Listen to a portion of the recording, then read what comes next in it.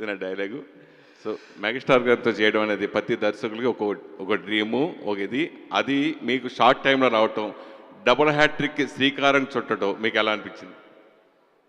చాలా ఎగ్జైటెడ్గా అనిపించిందండి. ఆయనతో నేను చిన్నప్పుడు ఆయన సినిమాలు చూస్తూ పెరిగాను. అండ్ చిరంజీవి గారిని ఒకవేళ నేను డైరెక్ట్ చేస్తే ఎలా చూపించాలని ఒక డ్రీమ్ ఉంటుంది కదా, సో అది దీంతో ఫుల్ఫిల్ అయింది. అండ్ ఖచ్చితంగా చాలా చాలా అద్భుతంగా చిరంజీవి గారు ఈ సినిమాలో కనపడబోతున్నారు అని. సుస్మిత గారు సరిపోతుంది చాలు. డాడీతో సినిమా చేయాలనే కోరిక ఎప్పటి నుంచో మీకు ఉంది.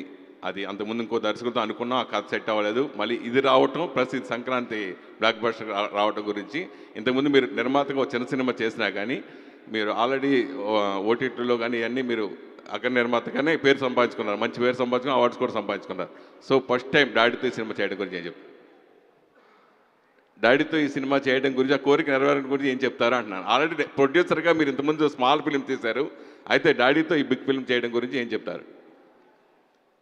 మీరు లాస్ట్ క్వశ్చన్లో ఏమన్నారంటే ఏం చెప్పారు ఆయనకి?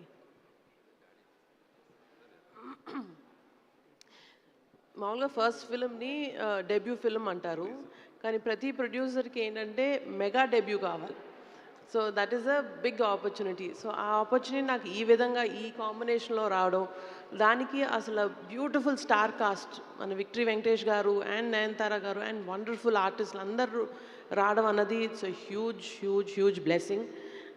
అండ్ ఇలాంటి సినిమా సంక్రాంతికి రిలీజ్ అవ్వడం అన్నది ఇంకా అంతగానే నేను I can't ask for a better opportunity for a mega debut film.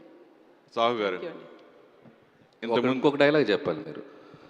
ప్రశ్నకు ఒక డైలాగ్ అన్న